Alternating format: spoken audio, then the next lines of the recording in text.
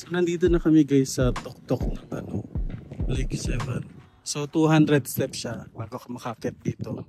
So medyo mataas-taas na akyabik at nakakahingal din siya.